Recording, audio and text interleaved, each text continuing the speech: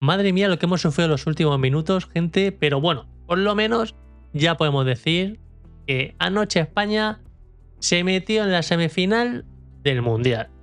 Que sí, o sea, tenemos que empezar por ahí. Porque antes de analizar las decisiones, los errores, los cambios que hubo en el partido, las ocasiones o digamos en rendimiento individual, tenemos que entender la dimensión de lo que hemos conseguido. Y es que la selección ha disputado muchas Copas del Mundo. Ha contado con generaciones extraordinarias. Y siempre, bueno, siempre, no siempre, pero muchas veces llegamos como favoritas a los mundiales. Sin embargo, ojo, solamente 2 veces en toda la historia hemos conseguido llegar a semifinales. Y esta es la segunda, ¿eh? La primera fue en Sudáfrica 2010, acordaros. Ese 2010, ese año que nos hicimos campeones del mundo por primera vez. Y la segunda, acabo de decir, es esta, la que acaba de llegar, en 2026. 16 años después ha llegado la segunda, ¿eh? Pero bueno, empecemos ya un poco con lo que yo vi del partido, ¿vale? Y es que España derrotó 2-1 a Bélgica en un partido que controló, eso sí, durante muchos minutos, que pudo resolver también, es verdad, mucho antes, y que terminó decidiendo otra vez en el tramo final.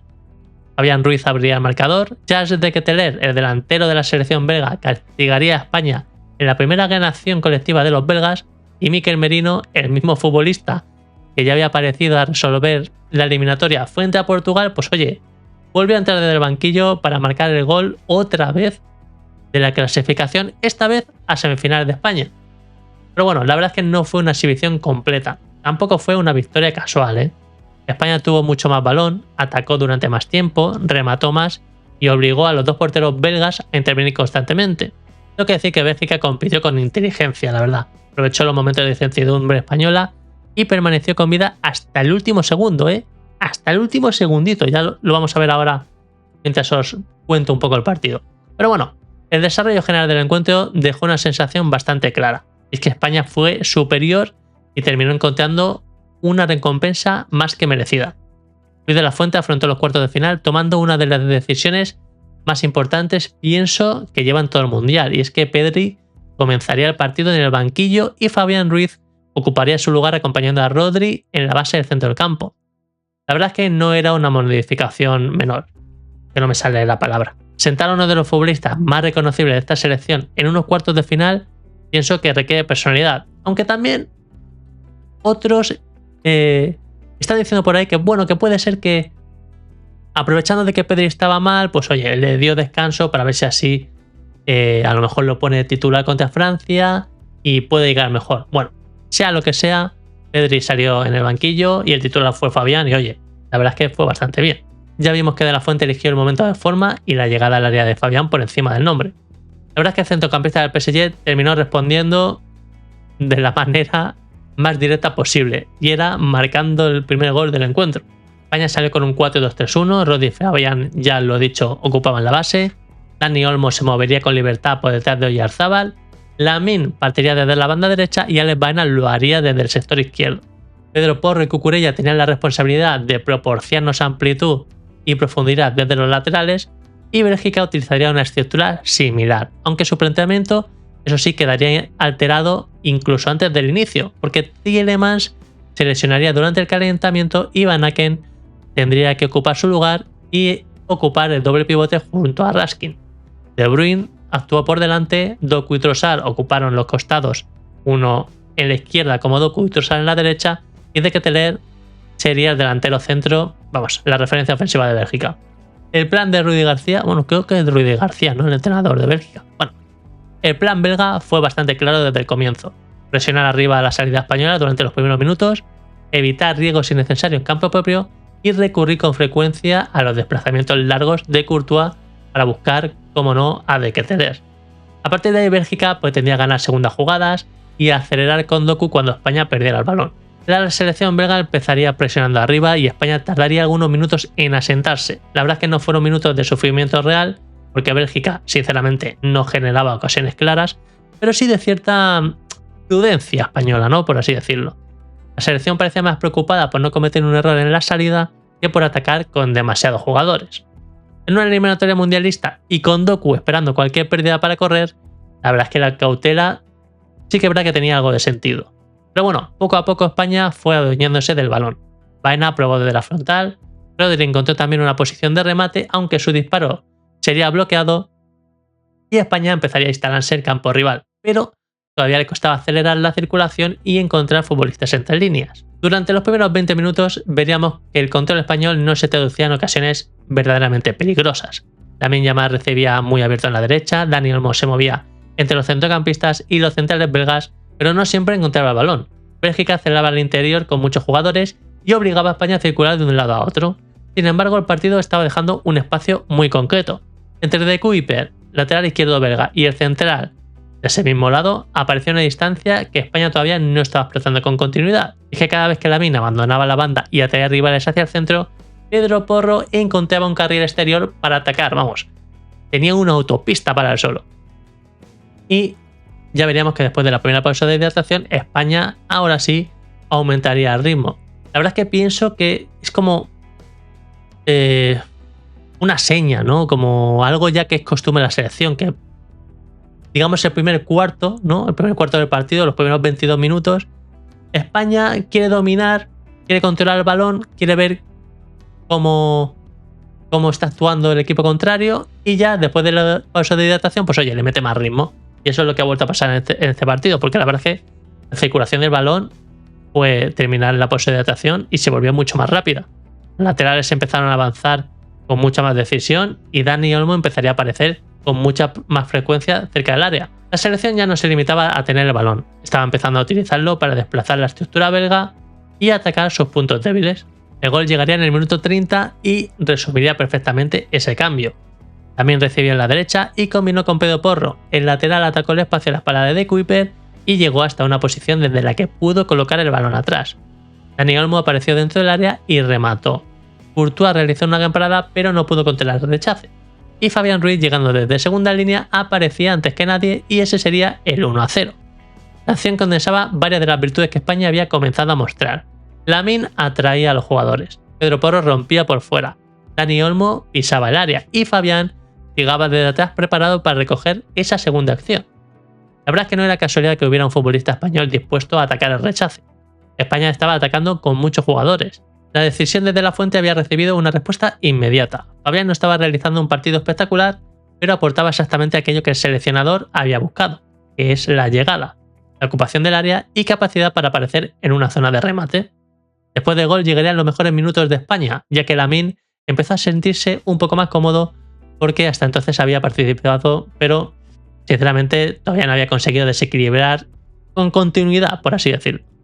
Con el marcador a favor empezó a pedir, eso sí, más el balón, a encarar y a jugar hacia adentro. Provocaría una falta muy peligrosa cerca del área, poco después disparó con potencia y obligaría a Courtois a intervenir. Más tarde volvería a romper hacia adentro y buscó el palo corto, pero el balón sería por fuera. España había marcado y en lugar de retroceder lo que hacía era empezar a jugar mejor. Bélgica en esos momentos no encontraba la manera de salir. De Bruyne aparecía muy poco, Doku recibía demasiado de lejos de la portería y De Ketelaere tenía que pelear balones largos sin demasiada compañía. El 2-0 parecía bastante más cercano que el empate, pero los partidos eliminatorios pueden cambiar con una sola acción, y en el minuto 41 Bélgica construyó su primera gran jugada colectiva y encontraría el empate a 1. De Bruyne recibió, jugó de primeras con una precisión extraordinaria para romper la estructura española. Castaña apareció con espacio por la derecha y colocó un centro al área. De Ketelaere había iniciado el movimiento por detrás de Cubarsí y cuando llegó el envío ya estaba en posición legal. El delantero atacó el espacio por delante del central español y conectó un cabezazo picado que superó a Unai Simón. La verdad es que Bélgica había necesitado muy poco para empatarnos. Durante buena parte del primer tiempo apenas había amenazado, pero su primera jugada realmente limpia terminó en gol. Ese es el peligro de las eliminatorias. Se puede dominar durante muchos minutos y perder la ventaja en una acción perfectamente ejecutada. Y otra cosa, porque ese gol ha sido el primer gol que ha recibido España en todo el Mundial. Y también Unai Simón acumulaba 650 minutos mundialistas sin encajar y esa racha terminaría en una acción en la que Bélgica combinó con calidad, precisión y una gran lectura del espacio de su delantero. Cubarsí perdió el duelo, pero reducir toda la jugada a su error sería injusto. El pase de De Bruyne rompió líneas, Castaña aprovechó el espacio, De Ketelaere temporizó perfectamente su movimiento y atacó el centro con ventaja corporal. La verdad es que fue una acción ofensiva de mucho nivel. España tuvo todavía que evitar un golpe mayor antes del descanso, y es que en el tiempo añadido lanzó mal un córner y Bélgica salió como las balas en un contragolpe, ya que Doku amenazaba con correr hacia la portería española, pero ahí estaba el bueno de Dani Olmo, que reaccionó como si fuera el último defensor y cortó la transición, y menos mal. Esa acción reflejaría el partido completísimo del mediapunta. Olmo no necesitó marcar para tener influencia.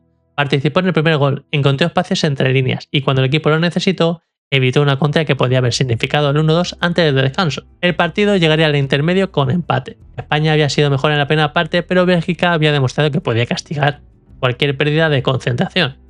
La segunda mitad comenzaría de una manera algo distinta. Bélgica encontró metros para correr y vivió su mejor tramo del encuentro.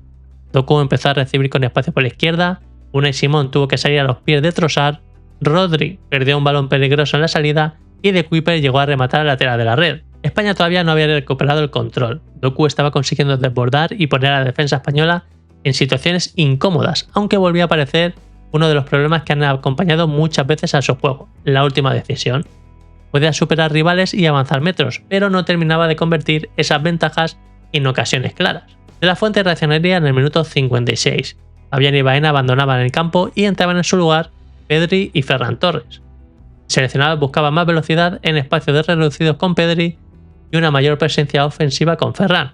El extremo comenzaría a la izquierda, aunque veríamos que poco a poco fue ocupando posiciones más cercanas al área y a Oyarzábal. Fabián había cumplido con el gol, pero España necesitaba una marcha más. Rudy García respondió apenas unos minutos después con 3 cambios. Trossard, Van Aken y De Kuyper dejaron su lugar a Lukaku, Witsel y Seix. Bélgica añadió un segundo delantero sin retirar a De Ketelaere. La intención era competir mejor los balones largos, acumular más presencia dentro del área y obligar a España a vigilar las segundas jugadas. El partido entró entonces en una fase de alternativas. Lamine volvió a asumir responsabilidad desde la derecha, recibió, se orientó hacia adentro y buscó el palo largo. Courtois intervendría nuevamente. La verdad es que el Mundial del Extremo no estaba siendo una exhibición constante en cifras ni en precisión, pero cuando España necesitaba una acción diferente, el balón terminaba pasando por él. Lamine estaba participando, atrayendo rivales, generando faltas y obligando a Bélgica a modificar su estructura defensiva. Le seguía faltando claridad, eso sí, en la última acción. A veces disparaba cuando aparecía una opción de pase, en otras ocasiones intentaba asistir cuando podía finalizar, pero incluso sin alcanzar su mejor versión, era el futbolista que más desequilibrio provocaba. En el minuto 62, Bélgica reclamó un penalti por una mano de Rodri. Doku volvió a encontrar espacio y colocó el balón en el área. Laporte intentó despejar y la pelota impactaría primero en el pecho de Rodri y después en su brazo. El árbitro, la verdad, decidió no señalar la infracción. Y es que, a ver, la acción podía generar debate porque el brazo estaba separado, pero había varios elementos que justificaban esa decisión. Porque el balón procedía de un despeje muy cercano de un compañero. La trayectoria era inesperada, impactaba primero en el cuerpo y no existía un movimiento deliberado de Rodri hacia la pelota, así que, para mí, bien pitado. Un minuto después, España estuvo cerca del segundo gol. También filtró un gran pase hacia Oyarzábal, el delantero encontraría posición de remate, pero Courtois volvió a sostener a Bélgica con otra intervención decisiva. El portero, la verdad es que estaba realizando un gran partido, por eso su lesión cambió el contexto de la eliminatoria. Después de un desplazamiento largo, Courtois comenzó a mostrar molestias.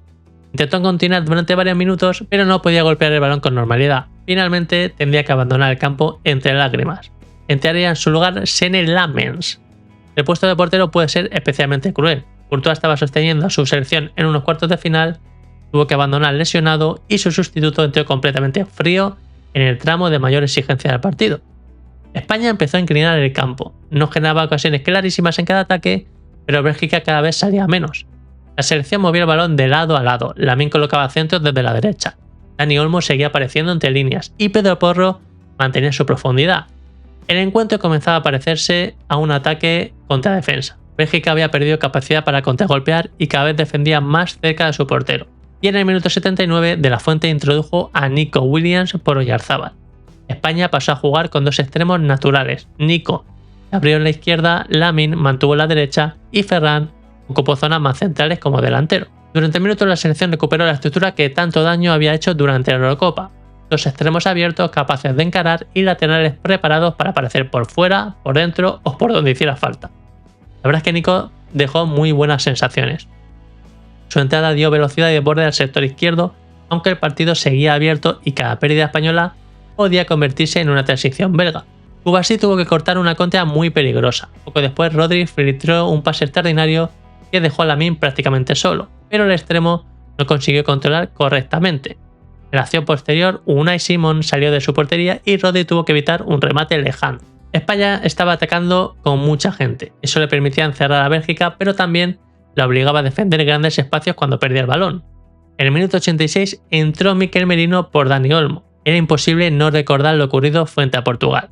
Merino había aparecido desde el banquillo para marcar el gol decisivo en la eliminatoria anterior. La Fuente volvía a recurrir a él para los minutos finales, buscando llegada, juego aéreo y capacidad para atacar cualquier balón suelto dentro del área. Y 2 minutos después, es más, 115 segundos después, mejor dicho, volvió a suceder. España mantenía a Bélgica cerca de su portería cuando Cubarsí recibió la frontal. En central pudo buscar un pase más, pudo reiniciar la jugada o pudo esperar una opción aparentemente mejor, pero eligió disparar. El remate no era especialmente potente, pero el balón botó justo antes de llegar a Lamens.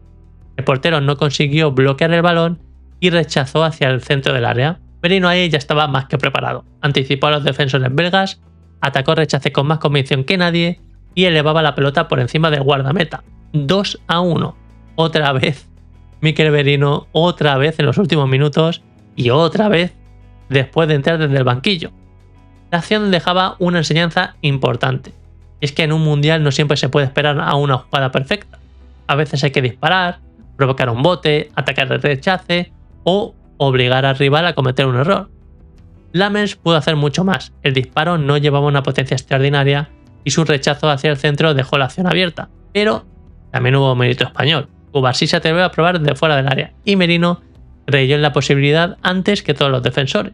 España estaba a pocos minutos de las semifinales, sin embargo, no consiguió cerrar bien el partido. El gol generó nerviosismo. Pedri perdió un balón peligroso, Laporte recibió una tarjeta amarilla, España desaprovechó una posible contra y Unai Simón volvió a transmitir inseguridad en alguna que otra salida. El gran susto nos llegaría en el minuto 92, ya que Unai abandonó demasiado pronto su portería y Saelemaekers consiguió superarlo. El futbolista belga intentó encontrar a Lukaku dentro del área, pero menos mal que estaba ahí Laporte, porque aparecería para cortar una acción que claramente era el 2-2. El central salvó algo más que una ocasión.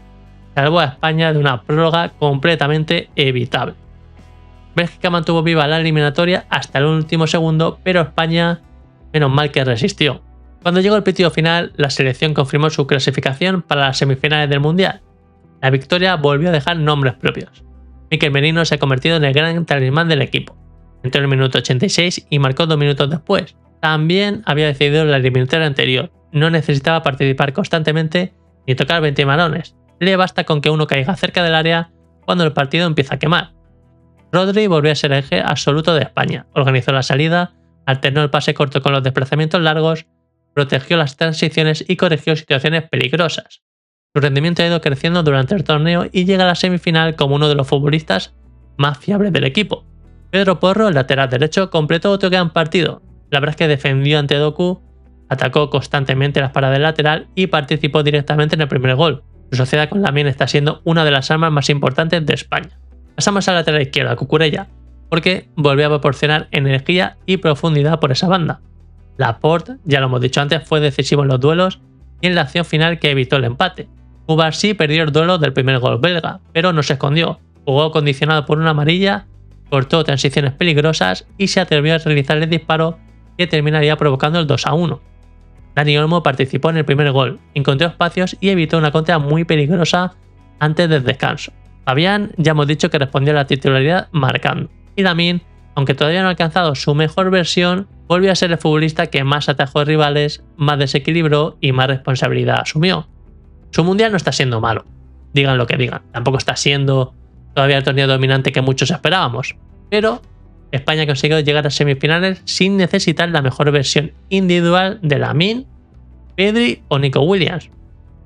Eso puede interpretarse como una preocupación, pero también como una oportunidad, porque la selección todavía tiene futbolistas capaces de elevar el nivel colectivo. El debate de Pedri, eso sí, seguirá abierto dentro de la segunda mitad, pero no consiguió transformar claramente el juego español.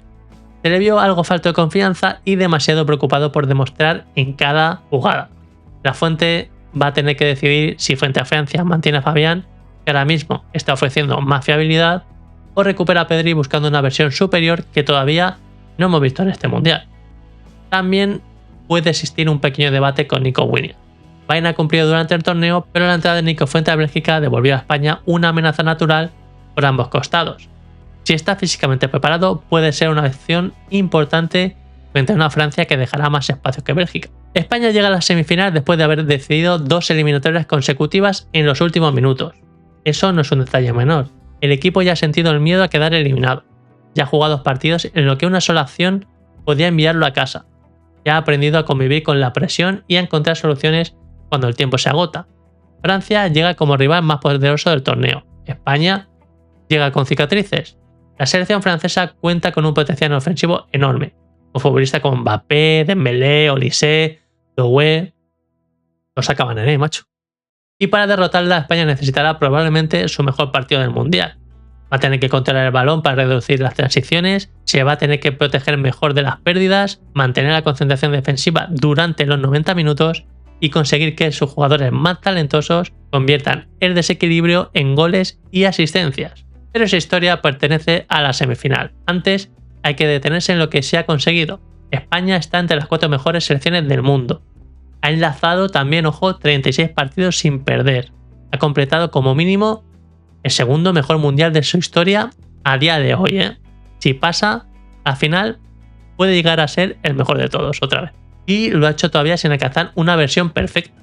No debemos normalizar el estar en semifinales. España ha jugado muchos mundiales y solo 2 veces se ha llegado hasta aquí. La primera terminó levantando la copa y la segunda, pues oye, todavía no ha terminado. Y nada, gente, eso es lo que hemos visto en el partido de España. Estoy súper contento con el paso a las semifinales. Sinceramente, por muy buena selección que tenga Francia, por mucho que tenga Mbappé, Doué, Dembélé, Olise, Boné, quien sea, no me da miedo. Respeto sí, pero oye, y nosotros también somos una buena selección. Y Francia no se nos va a encerrar. O sea que pienso que va a ser un partido bonito. Ya les hemos ganado 2 veces. Oye, ¿por qué no en la tercera? Así que nada, nos vemos en el próximo vídeo. Dale like, suscribiros. Así que nada, gente, nos vemos en el próximo vídeo. Tener un buen día, buena tarde o buena noche. Da igual el momento en los que os veáis. Y sed felices. Chao.